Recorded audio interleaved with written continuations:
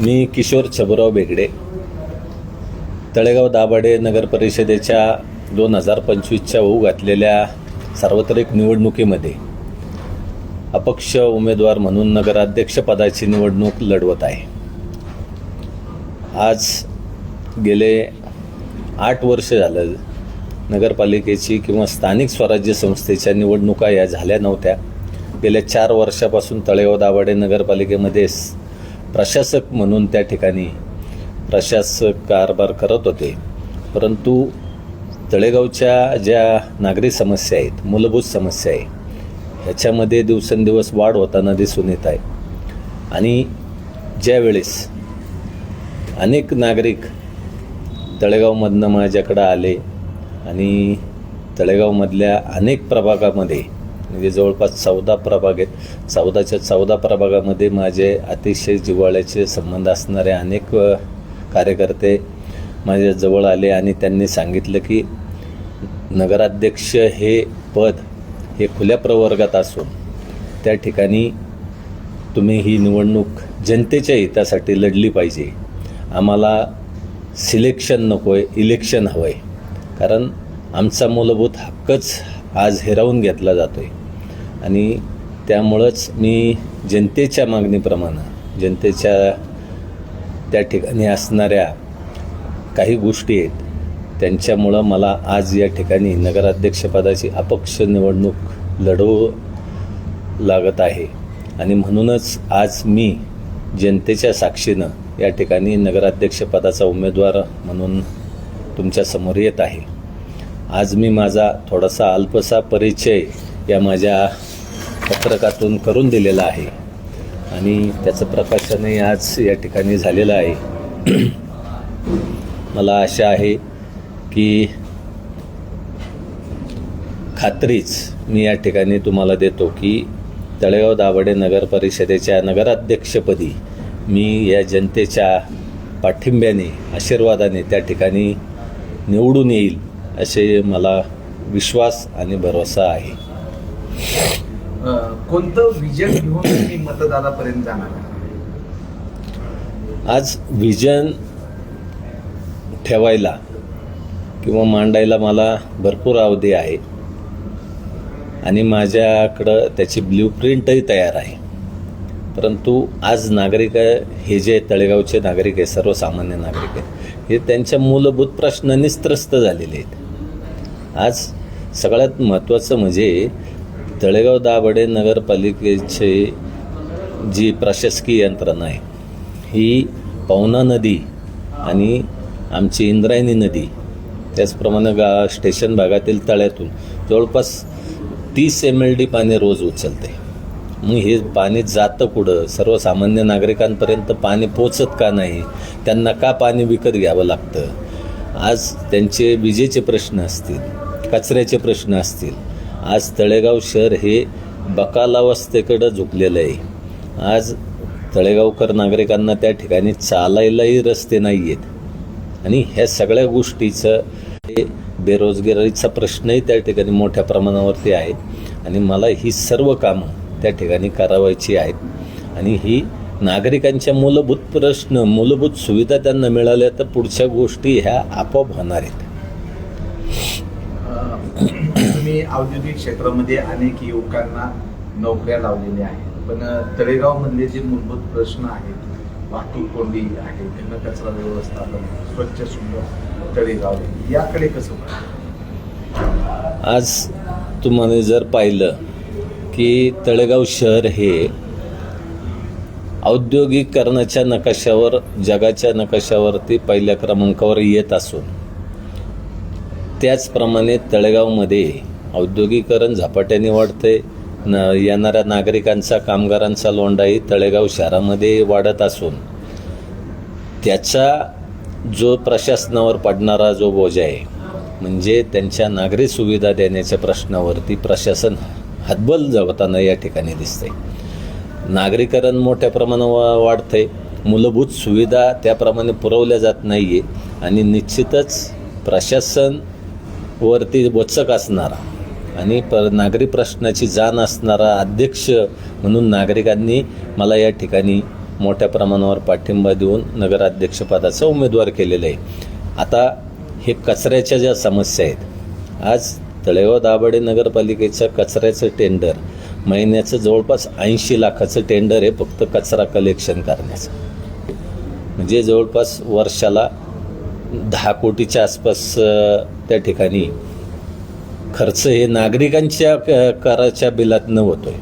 आणि हे करत असताना नागरिक समाधानी आहेत का कचऱ्याच्या प्रश्नावर, किंवा तुमच्या कचरा डेपोवरती त्याचं वर्गीकरण होतं आहे का, त्या कचऱ्याची विल्हेवाट लावली जाते का, त्या कचऱ्यापासून काही गोष्टी म्हणजे वीज निर्मिती असेल किंवा खत निर्मिती असेल असे काही प्रोजेक्ट होतात का, ह्या गोष्टीकडं पण आपण इथून पुढं लक्ष दिलं पाहिजे.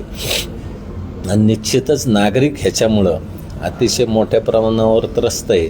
पाण्याची समस्या मी सांगितलंच आहे, त्याचप्रमाणे विजेची समस्या, कचऱ्याची समस्या, या मूलभूत गोष्टीलाच नागरिक त्या ठिकाणी मुक्ता येते. आणि निश्चितच नागरिकांना माझ्याकडनं ज्या अपेक्षा आहेत त्या पूर्ण होणार आहेत. म्हणूनच नागरिक मला त्या ठिकाणी पाठिंबा देऊन नगराध्यक्ष पदाच्यासाठी लढवण्यात नागरिक इच्छुक आहेत. तळेगाव दाभाडे नगर परिषदमध्ये वाहतूक कोंडी जीवघेणी ठरते, त्या संदर्भात काय तुमचे विचार आहेत? वाहतूक कोंडी मोठ्या प्रमाणावर वाढते. मी सांगितले औद्योगिकरण वाढतंय, नागरीकरण वाढतंय, त्या प्रमाणात तुमचे वाहतुकीच्या त्या ठिकाणी काही गोष्टीला प्रश्न निर्माण झालेले आहेत. मग वाहतूक ज्या वेळेस होती त्यावेळेस अनेक प्रश्न त्या ठिकाणी उपस्थित होतात. आज गाव स्टेशन जो रस्ता आहे त्या रस्त्यावरती चालायला सुद्धा येत नाही माणसाला, गाडी जाणं तर मुश्किल. परंतु आज त्या ठिकाणी असणारं जे अनधिकृत स्टॉल लावले जातात, पथारी व्यावसायिक आहे, हातगाड्या आहेत, ह्यांच्यासाठी हॉकर झोन उपलब्ध करून देणं गरजेचं आहे. आणि तळेगावमध्ये अशा शहरामध्ये अशा अनेक जागा आहेत की तिथं हॉकर झोन करता येईल, तिथं या पथारी व्यावसायिकांचं पुनर्वसन करता येईल आणि त्यामुळं रस्ते खुले होणार आहेत. आणि निश्चितच गावाला जोडणारे रस्ते, बाहेरून येणारे रस्ते, जे रिंग रोडच्या माध्यमातून जे काही रस्ते DP प्लॅन वगैरे तयार आहे ह्याच्या माध्यमातून नागरिकांना त्रास न होता काही गोष्टी करणं गरजेचं आहे आणि त्या निश्चित केल्या जातील. भाऊ, तुम्ही तर खरं पाहिलं तर नगराध्यक्ष पदाचे उमेदवार पक्षाकडनं असले असते. आता भाजपमध्ये पक्ष प्रवेश केला, पण आता महायुतीचे म्हणून उमेदवार जाहीर झालेले, तुम्ही आता अपक्ष आहात. तर जनतेला कोणते प्रश्न जनतेसमोर घेऊन जाणार आहेत आणि तुमच्यावर अन्याय झाला असं वाटत नाही?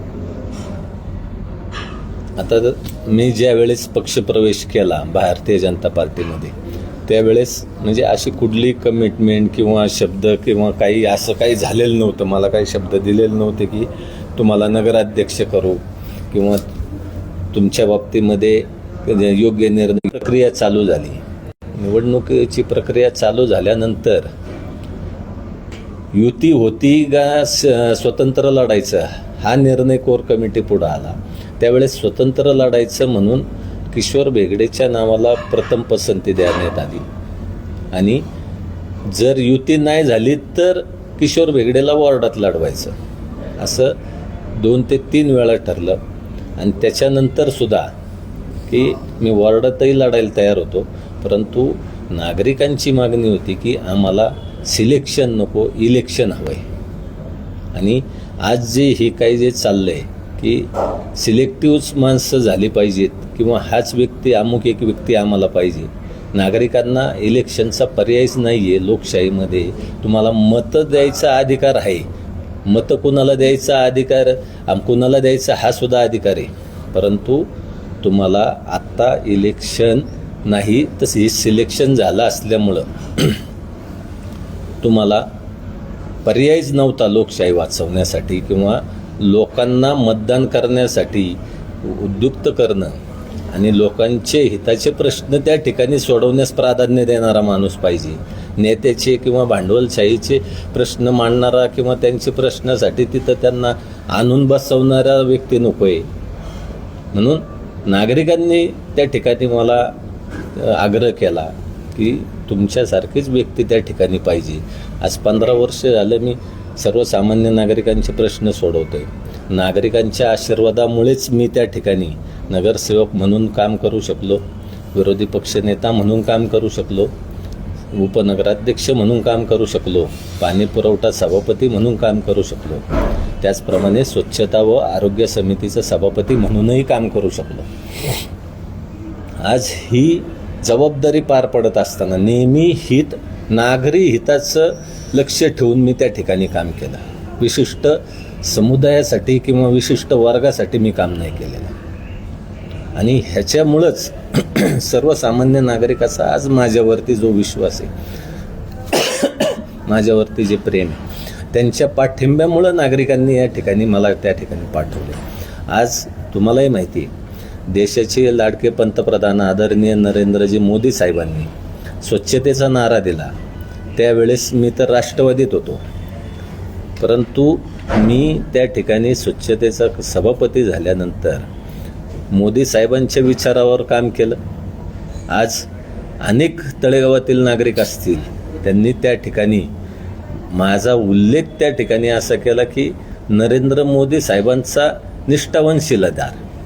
मग नरेंद्र मोदी साहेबांची जी स्वच्छतेची संकल्पना आम्ही तळेगावमध्ये राबवली, ती निश्चितच लोकांच्या पसंतीस उतरलेली आहे. प्लॅस्टिक बंदी केली, त्याच्यामध्ये आम्ही थर्माकोल डिश बंद केले. दुसरं म्हणजे तळेगावमध्ये आम्ही सार्वजनिक डस्टबिन सुमारे जवळपास 100 सार्वजनिक डस्टबिन बंद केले. आज एकही कचरा कुंडी तळेगावात नव्हती. हे सर्व लोकसहभागातून झालेलं आहे. त्या ठिकाणी तळेगाव स्टेशन विभाग, तळेगाव दाभाडे गाव विभाग अशा पद्धतीचे 2 भाग करून आम्ही जे काही आमचे सामाजिक कार्यकर्ते असतील, माझे जवळचे काही कार्यकर्ते असतील, यांना जल व स्वच्छता दूत म्हणून त्या ठिकाणी नेमणूक केली. त्यांच्या माध्यमातून येणाऱ्या प्रश्नांना आम्ही त्या ठिकाणी प्राधान्य देऊन 1 तासामध्ये प्रत्येक नागरिकाची स्वच्छतेची किंवा दुसरी कुठली समस्या असेल ती सोडवण्यास आम्ही प्राधान्य दिलं. नागरिकांना रिझल्ट 1 तासाच्या आत मिळत होता. फ्लेक्स बंदीच्या माध्यमातून आम्ही तळेगाव दाभाडे नगरपालिकेला एका वर्षात लाखोचं उत्पन्न मिळवून दिलं. परंतु आज ती सर्व व्यवस्था कोलमडताना दिसून येते. आज तळेगाव दाभाडे नगरपालिकेमध्ये दर रविवारी हप्त्याला बाजार भरतो, आठवडे बाजार दर रविवारी भरतो. तो आठवडे बाजार पहिला 2-2 दिवस तसाच बाजारपेठेत पडून राहायचा. त्याच्यावरतून गाड्या गेल्या, त्या ठिकाणी फिरती जनावरं असायची, कुत्री मांजरी त्याच्यावरतीच विष्ठा करायची, ते गटरीमध्ये पडायचं, गटर साफ करायला लागायची. शिवाय त्याच्यामुळं नागरिकांच्या आरोग्याला धोका निर्माण झाला होता. आम्ही तो कचरा आठवडे बाजार संपल्यानंतर त्याच रात्री उचलण्याचं, बाजार साफ करण्याचं नियोजन केलं. त्याच्यामुळं दुसरा एक विषय असा झाला की त्याच्यातनं जो आठवडे बाजाराचा जो भाजीपाल्याचा कचरा आहे तो वेगळा केला. आणि तो भाजीपाल्याचा जो कचरा आहे, तो भाजीपाल्याचा कचरा आम्ही गोशाळेला पाठवला.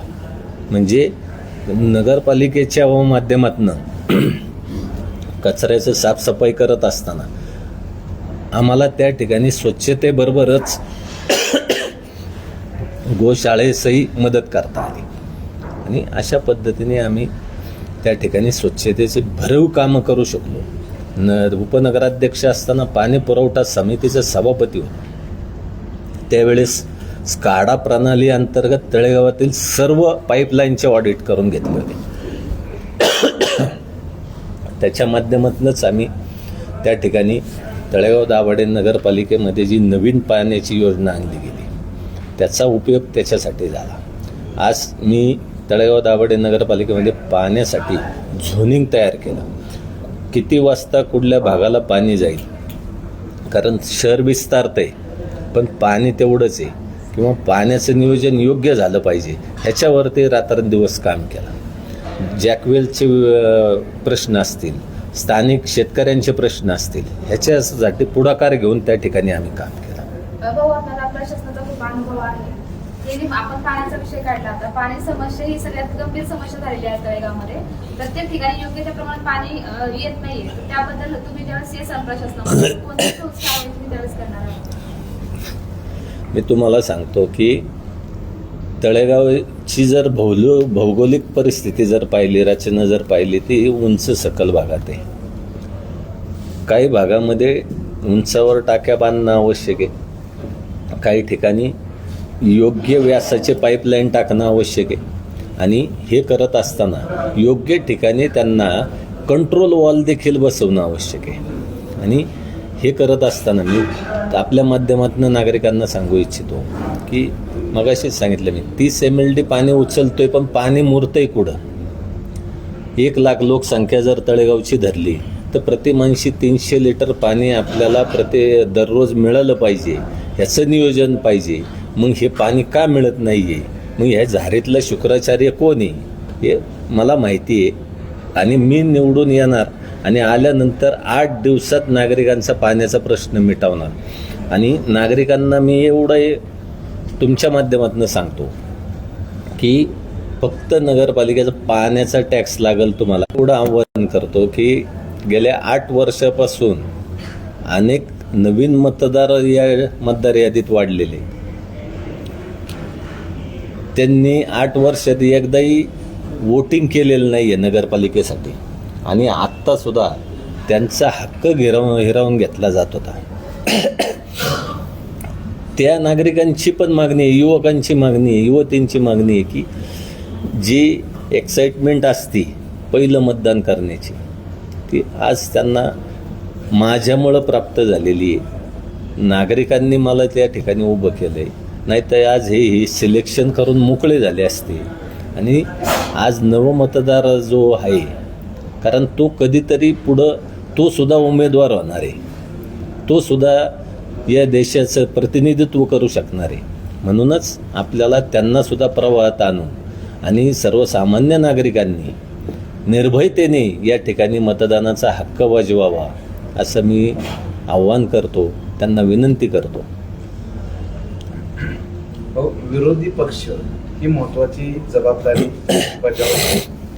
तर हे इलेक्शन न होता सिलेक्शन झालेलं आहे, तर जनतेचे प्रश्न मांडण्यासाठी विरोधी पक्षाची भूमिका स्ट्रॉंग असते, त्यावर काय सांगा? मी विरोधी पक्षनेता म्हणून या नगरपालिकेमध्ये काम केलेलं आहे. मी नगराध्यक्ष होणार आणि मी तुम्हाला सांगतो, आश्वासन देतो की नागरी हिताच्या प्रश्नांना प्राधान्य दिलं जाईल. आणि नागरी हिताचे प्रश्न मला माहिती आहेत काय ते. आणि निश्चितच सभागृहामध्ये असेल किंवा बाकीच्या कुठल्याही तुमच्या टेंडर प्रक्रियेमध्ये असेल, नागरी हिताचा सहभाग ठेवूनच काही कामं केली जातील, एवढं मी या ठिकाणी सांगतो. यामध्ये बापूसाहेब बेगडे जे आहेत या निवडणुकीमध्ये प्रामुख्याने दिसले नाही. मुळामध्ये विधानसभेची निवडणूक झाल्यानंतर बापूसाहेब बेगडे राजकारणात दिसत नाही, काय सांगा? तुम्ही प्रश्न चुकीच्या माणसाला विचारलाय. तो प्रश्न बापूसाहेबांना पाहिजे होता, किंवा बापूसाहेबांना ज्यांनी उभं केलं होतं त्यांना विचारायला पाहिजे की बापूसाहेब कुठे आहेत. आम्ही परिवार म्हणून आमच्याबरोबर ते नेहमी आहेत. आमचे कुटुंब प्रमुख आहेत ते.